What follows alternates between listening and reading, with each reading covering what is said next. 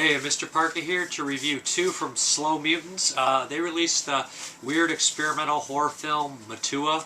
These guys are from Ohio, and they sent me two documentaries to review for them. I'm going to do a double feature review here.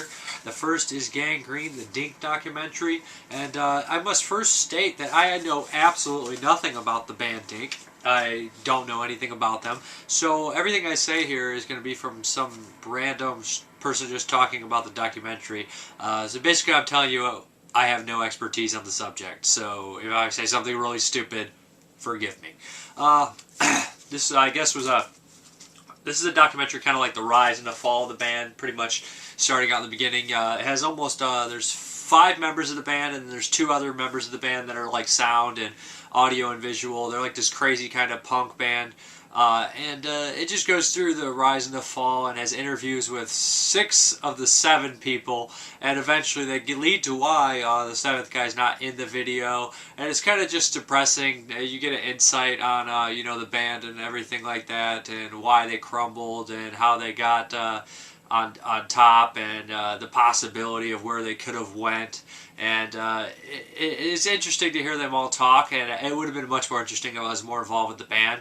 I do like the idea that they said the band mixed a lot of like sounds and weird like visuals in the back, a lot of you know, public domain, just odd stuff like open heart surgery and weird ads and things like that. And this film also does that. They have it all in the background.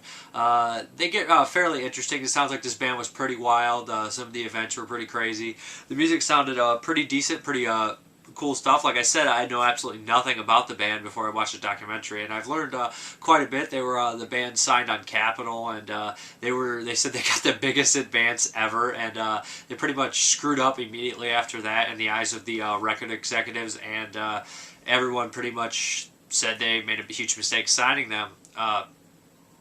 I think it's kind of an interesting story, and I think that this happens a lot in the music industry. You know, bands just never really make it to 100%. They make it, but they don't make it, and it's really sad to hear the drummer talking about it. He seemed the most upset about the idea that they really just messed this up. They were on their way, and it just completely messed up. A lot of broken dreams in here, and the idea of what happened towards the end with the lead singer, and that was kind of sad to see that they turned away. I mean, not to try to save some face, but they didn't even save that.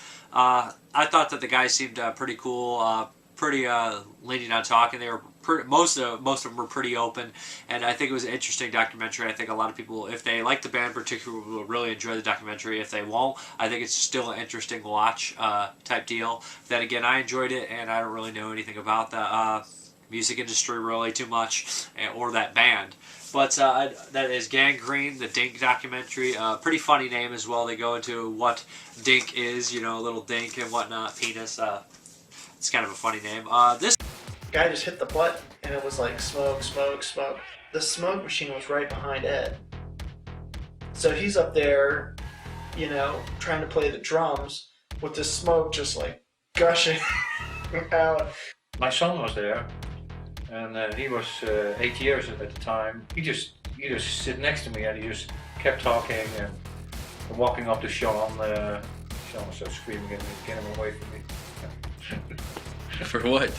Because he was like, Sean, then he was talking to him, and Sean was trying to perform, you know. Oh, this is while you were playing live? Uh-huh. After it was over, we were kind of like the outcasts. We had to rent a bus home or whatever. Luke Van Acker, you know, all the cool people were like, this. But we played another show that night. With the proper projections at a couple different places, and it was nice. And probably the best time I ever had in my life playing a show was in Holland, at this place called Out of Time. Cafe Out of Time, I think. It was really cool. It was more like a coffee shop. Sold weed too, and we didn't get paid for that, but we got this great seafood dinner. And they called us the Psycho Americans, and we played this set and blew up 2 amps and ended up having to play through the PA. And we played our set, and we basically played the whole set again because they wouldn't let us stop. Like little bags of pre-rolled joints onto the stage. People are just giving us bags with joints. I never saw J.R. so stoned in my life. you felt like you could have played a third set, you know, and you never get that feeling. You know, it was really a good time. And those guys also took us to the airport when we were leaving. They tossed us this bud the size of my forearm, and like we're like, yeah, have fun with this before we get to the airport. And we were like smoking it, eating it, you know, and the guy was just laughing at us. The next one is The Rest is Very Boring. And this one touched me a lot more here. This is it's basically a documentary about Frank. Let me see his last name. I already forgot it. Frank Bochard, or I don't know, but it was a really close friend of theirs that you know, some tragic events happened, and the documentary is you know, pretty funny. It's a bunch of old clips with him in it, and his exploits and the things he did, and fond memories of him, and his you know, kind of self-destructive nature. And it just follows his life and talks about him with numerous friends and everything, how they you know, tried to help him, how they had so much fun with him, how they had a lot of trouble with him at the same time, and also how he was you know, if you see the clips, he's very immature at times, very ridiculous, very almost annoying at points, but he also had a sense of genius. He was partying hard and working full-time and still getting like straight A's and B's in college. See Frank again or even hear anything about him until I came in contact with a whole other group of friends, basically, like a year later or so. They were always talking about this guy Frank. Frank did this, Frank did that. All these crazy stories that I didn't know which ones were true or if they could be true. The interesting thing about it too is that he actually had the same major as me in school, and he graduated like maybe 2 years before I did. Most people that drink as much as he does and work as much as he does, you know, they don't do well in school. He was never dropping classes. He was always getting A's, B's, and sometimes a few C's, but you know, he graduated with flying colors. Like, he did the work because he loved it.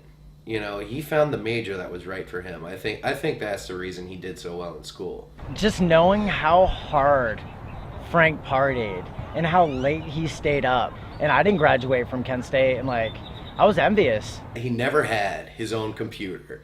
He never had his own equipment except for a shitty little audio tape recorder. He got everything done with less than most people in that major have. I first met Frank when he started coming into the multimedia lab to do videos. I was always impressed with how creative he was.